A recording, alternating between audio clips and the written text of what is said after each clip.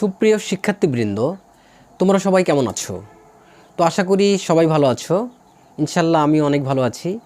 তো আজকে আমি ভয়েস চেঞ্জের অ্যাসার্টিভ সেন্টেন্সের পার্ট 7 নিয়ে তোমাদের মধ্যে আলোচনা করতে যাচ্ছি। তো গত ক্লাসগুলোতে আমি কিন্তু ভয়েস পার্ট 6 নিয়ে আলোচনা করেছিলাম।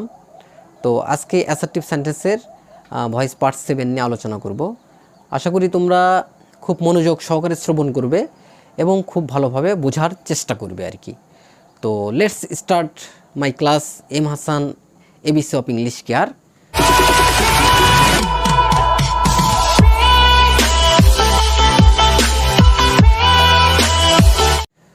তো তার আগে আমি আরেকটি কথা তোমাদেরকে বলে নিই যে আমার চ্যানেলটাকে তোমরা সাবস্ক্রাইব করবে এবং বেল নোটিফিকেশন অন করে দাও, যাতে এই গুরুত্বপূর্ণ ক্লাসগুলোর ভিডিও তোমাদের কাছে চলে যায়। আর যারা অলরেডি সাবস্ক্রাইব করেছে তাদেরকে থ্যাংক ইউ। তো আজকে আমরা ক্লাস শুরু করি। একটু খেয়াল করো তোমরা। তো এখানে কিন্তু আমি অনেকগুলা দেখো 1 থেকে 9 পর্যন্ত কতগুলা অপশন রেখেছে কিন্তু দেখো। যেমন এখানে লিখেছে হলো রিফ্লেক্সিভ অবজেক্ট, সেকেন্ডে লিখেছে হলো ফ্যাক্টিটিভ অবজেক্ট, থার্ডে ডাবল অবজেক্ট, 4-এ লিখেছে হলো ডাবল ভার্ব, 5-এ subject verb object present participle যুক্ত, 6-এ আছে হলো ইনট্রানজিটিভ ভার্ব বা গ্রুপ ভার্ব, 7-এ আছে ওয়ান শুড যুক্ত, 8-এ ইনফিনিটিভ যুক্ত, আর 9-এ আছে agree, be anxious, arrange, determine, be determine, decide, demand plus infinitive object যুক্ত। তো আজকে আমি চেষ্টা করব এই 9টা আইটেম, অ্যাসার্টিভ সেন্টেন্সের এই 9টা আইটেম নিয়ে তোমাদের মধ্যে আলোচনা করার জন্য। তো আশা করি তোমরা খুব ভালোভাবে বোঝার চেষ্টা করবে। তো একটু খেয়াল করে দেখো। তো আমি আজকে তোমাদেরকে ইনফিনিটিভ থেকে শুরু করি ইনশাল্লাহ। দেখো 8 নম্বরে কিন্তু আছে ইনফিনিটিভ যুক্ত।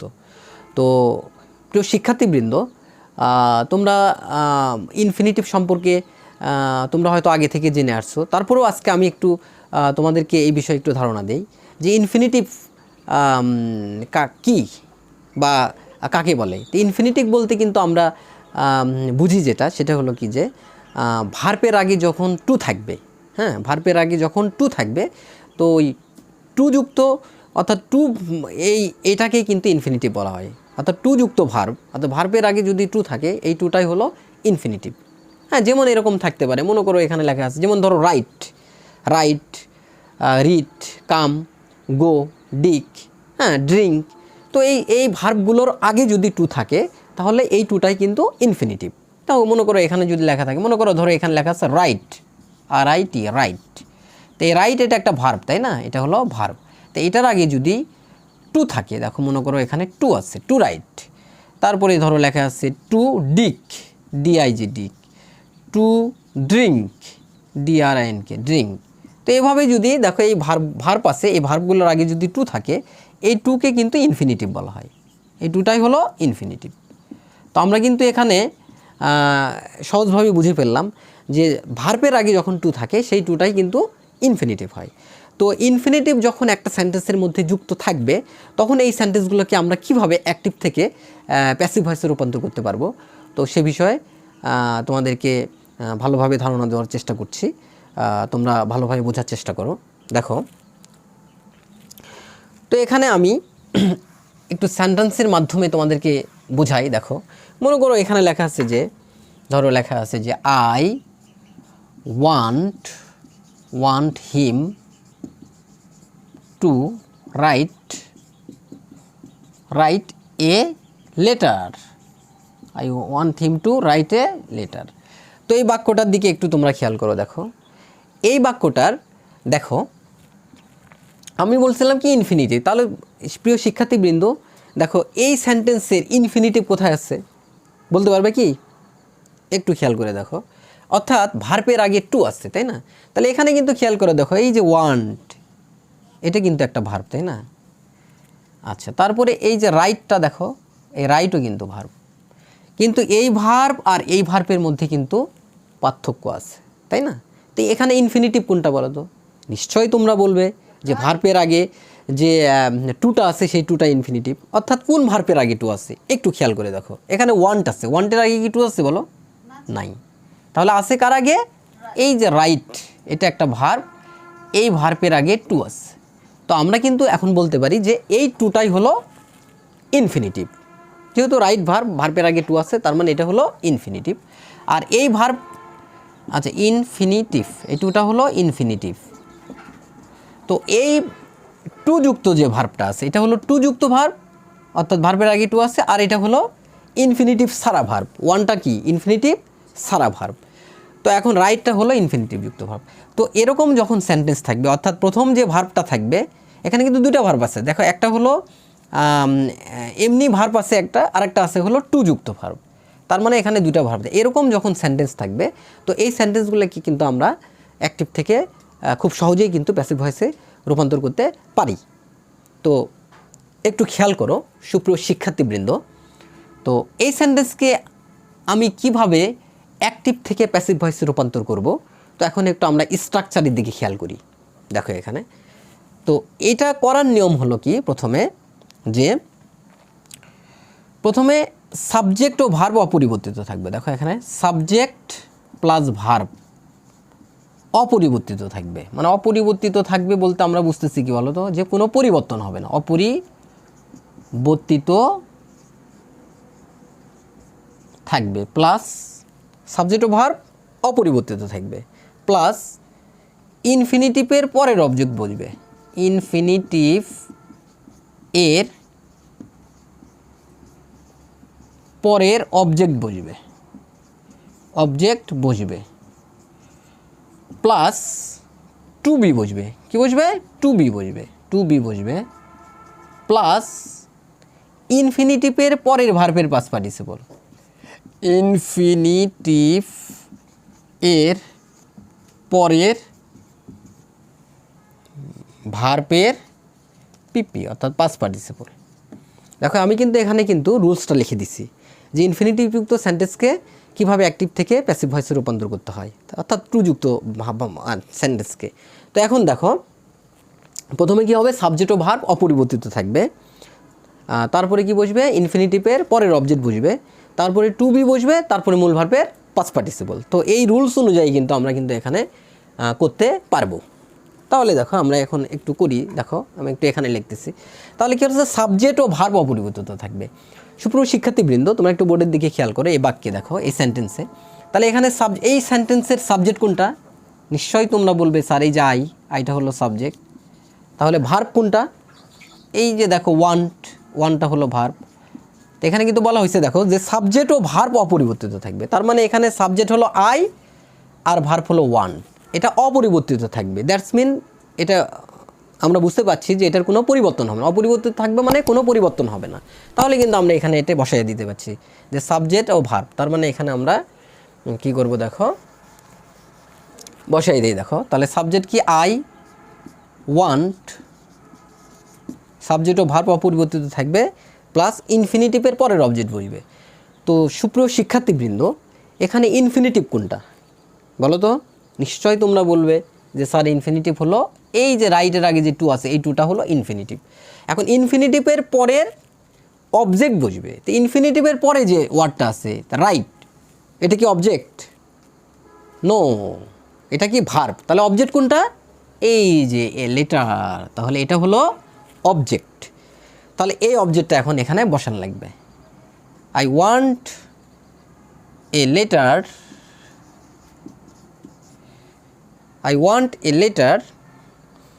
আচ্ছা তাহলে আচ্ছা এখানে এ লেটার না বসে আমি এখানে দা বসাইতে হবে। আই ওয়ান্ট দ্য লেটার লিখি, তাহলে ভালো হবে। I want the letter, I want the letter. তারপরে কি আছে দেখো, পরের অবজেক্ট বসবে, ইনফিনিটিভ পরের অবজেক্ট আমি বসালাম দ্য লেটার। তারপর আছে টু বি বসবে, I want the letter to be. তারপর কি আছে, ইনফিনিটিভের পরের ভার্বের পাস্ট পার্টিসিপল। তো ইনফিনিটিভের পরের ভার্ব কোনটা? এটা হলো টু হলো ইনফিনিটিভ, এর পরের ভার্ব হলো রাইট। তাহলে রাইটের পাস্ট পার্টিসিপল কী হবে? Write, wrote, written. তাহলে এখানে কি বসবে? রিটেন বসবে, WRITTEN, রিটেন। তাহলে দেখো খুব সুন্দরভাবে কিন্তু ইনফিনিটিভযুক্ত সেন্টেন্স কিন্তু অ্যাক্টিভ থেকে প্যাসিভ ভয়েসে রূপান্তর করতে পারলাম কিন্তু। তাহলে এটা হলো কি, I want him to write the letter. এই বাক্যটা হলো কি, I want the letter to be written. তো এরকম কিন্তু যেগুলো সেন্টেন্স আছে কিন্তু এই সেন্টেন্সগুলোকে কিন্তু আমরা খুব সহজেই অ্যাক্টিভ থেকে প্যাসিভ ভয়েসে রূপান্তর করতে পারবো। তো শিক্ষার্থীবৃন্দ, আশা করি তোমরা খুব ভালোভাবে বুঝতে পেরেছো। তবে আমি আরেকটি সেন্টেন্সের মাধ্যমে তোমাদেরকে একটু দেখাই। দেখো, মনে করো এখানে লেখা আছে he wants someone to take photographs, take photographs, GRAPHS, photographs। তো এই বাক্যটাকেও কিন্তু আমি করতে পারবো, তাই না? তাই দেখো, তাহলে প্রথমে সাবজেক্ট ও ভার্ব অপরিবর্তিত থাকবে। হি হলো সাবজেক্ট, ওয়ান্টস হলো সাবজেক্ট, তাহলে সাবজেক্ট ও ভার্ব অপরিবর্তিত থাকবে। হি ওয়ান্টস, তারপর কি হবে? সাবজেক্ট ভার্ব অপরিবর্তিত থাকবে, তবে ইনফিনিটিভের পরের অবজেক্ট। ইনফিনিটিভ কোনটা এখানে? টু, আর এটার পরের অবজেক্ট কোনটা? Photographs. He wants photographs, GRAPHS, photographs. তারপর কি বুঝবে? টু বি বুঝবে, টু বি, এই যে টু বি, এই যে টু বি বুঝবে। তারপর কি? ইনফিনিটিভের পরের ভার্বের পাস্ট পার্টিসিপল, তাহলে ইনফিনিটিভ টু এর পরের ভার্ব হলো টেক, তাহলে টেকের পাস্ট পার্টিসিপল হবে হলো টেকেন। সুপ্রিয় শিক্ষার্থীবৃন্দ, খুব সহজেই কিন্তু অ্যাক্টিভ থেকে প্যাসিভ ভয়েসে রূপান্তর হয়ে গেল ইনফিনিটিভ যুক্ত। তো এভাবে কিন্তু ইনফিনিটিভ যুক্ত সেন্টেন্সগুলোকে কিন্তু আমরা অ্যাক্টিভ থেকে প্যাসিভ ভয়েসে খুব সুন্দরভাবে, অত্যন্ত সহজ ভাবে কিন্তু করতে পারবো। তো নেক্সট, এরপরে যেটা আছে দেখো, একটু খেয়াল করো, এরপরেটা দেখো, এটা তো ইনফিনিটিভ যুক্ত শেখালাম। নিচেরটা যেটা আছে দেখো, এটাও কিন্তু ইনফিনিটিভ, কিন্তু ওই ইনফিনিটিভ আর এই ইনফিনিটিভের মধ্যে একটু কিন্তু পার্থক্য আছে।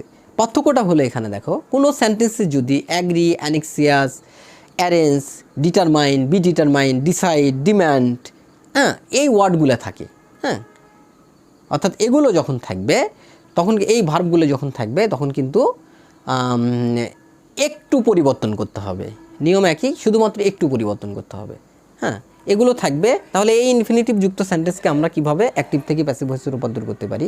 দেখো, এটার স্ট্রাকচারটা কিন্তু ঠিক জাস্ট এটার মতোই, কিন্তু এর আগেরটার মতো। এখানে কি লিখেছিলাম? সাবজেক্ট ও ভার্ব অপরিবর্তিত থাকবে, এটাও কিন্তু ঠিক ওরকম হবে। দেখো, সাবজেক্ট প্লাস ভার্ব অপরিবর্তিত থাকবে। আচ্ছা, অপরিবর্তিত থাকলো, তারপরে কি বুঝবে? এখানে কিন্তু লেখা ছিল যে ইনফিনিটিভের পরের অবজেক্ট বুঝবে, কিন্তু এখানে এই জায়গাতে হবে হলো দ্যাট বুঝবে, প্লাস কি বুঝবে? দ্যাট বুঝবে, প্লাস তারপর কি বুঝবে?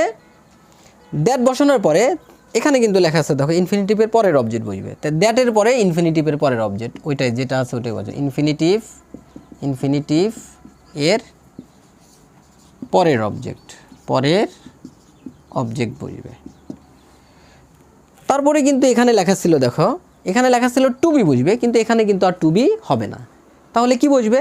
এখানে বুঝবে শুড বি, পরের অবজেক্ট বুঝবে। তারপরে কি বুঝবে? শুড বি প্লাস, আর শেষেরটা কিন্তু একই, ইনফিনিটিভের পরের ভার্বের পাস্ট পার্টিসিপল। ইনফিনিটিভ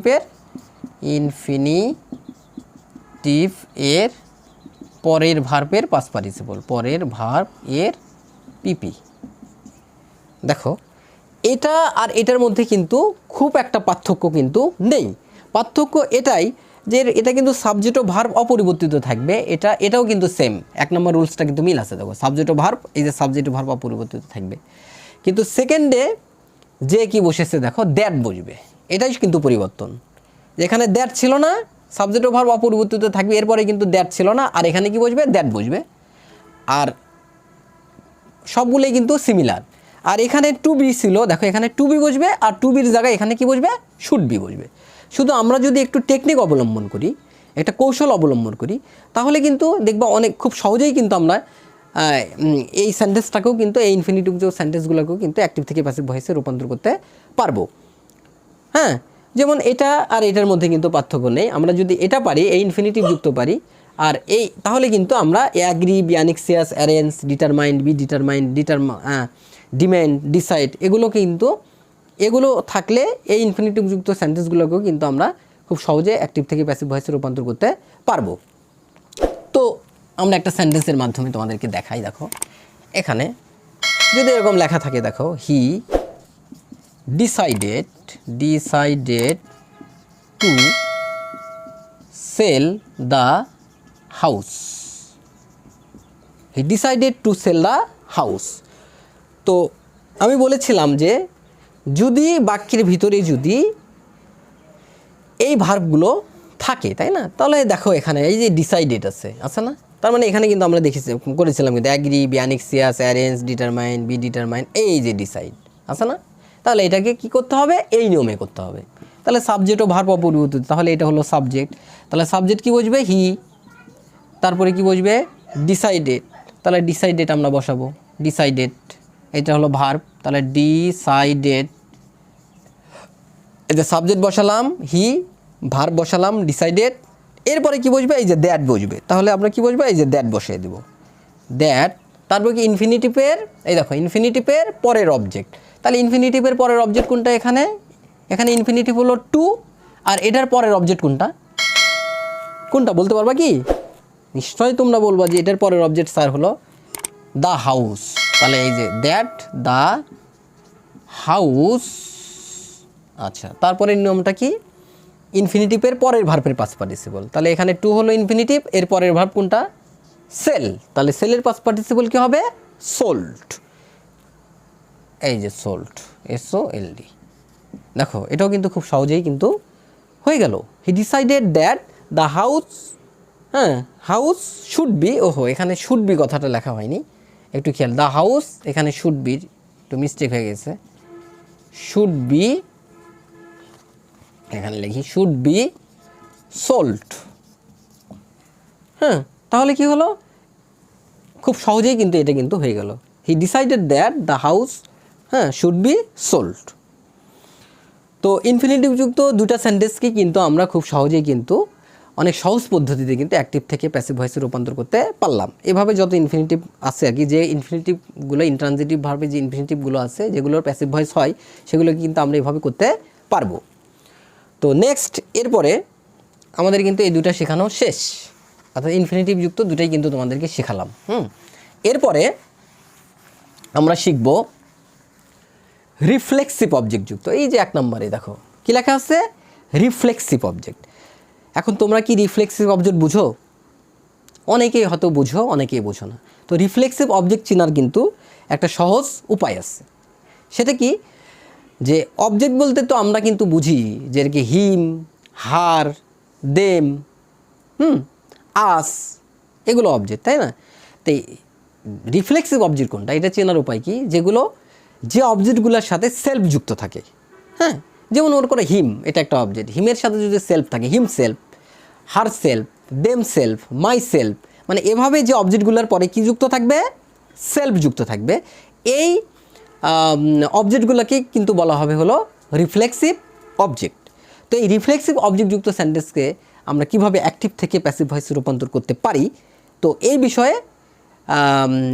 বিষয়ে তোমাদেরকে বোঝানোর চেষ্টা করতেছি, তোমরা ভালো করে বুঝো। দেখো তো দেখো এখানে যদি লেখা থাকে, দেখো আমি একটু রুলসটা একটু লিখে দেই। এটা রুলসটা হলো এরকম যে, এটা রুলস হলো সাবজেক্ট অপরিবর্তিত থাকবে, সাবজেক্ট কি থাকবে, অপরিবর্তিত থাকবে, অপরিবর্তিত থাকবে, বর্তিত থাকবে, হ্যাঁ সাবজেক্ট অপরিবর্তিত থাকবে। প্লাস 2 নম্বর রুলস তো আমরা জানি যে টেন্স ও পার্সন অনুযায়ী হেল্পিং ভার্ব, শুধু আমি হেল্পিং ভার্ব লিখলাম এখানে, হেল্পিং ভার্ব প্লাস তারপর কী বুঝবে, মূল ভার্বের পাস্ট পার্টিসিপল বুঝবে, মূল ভার্বের পাস্ট পার্টিসিপল অর্থাৎ V3 বুঝবে, প্লাস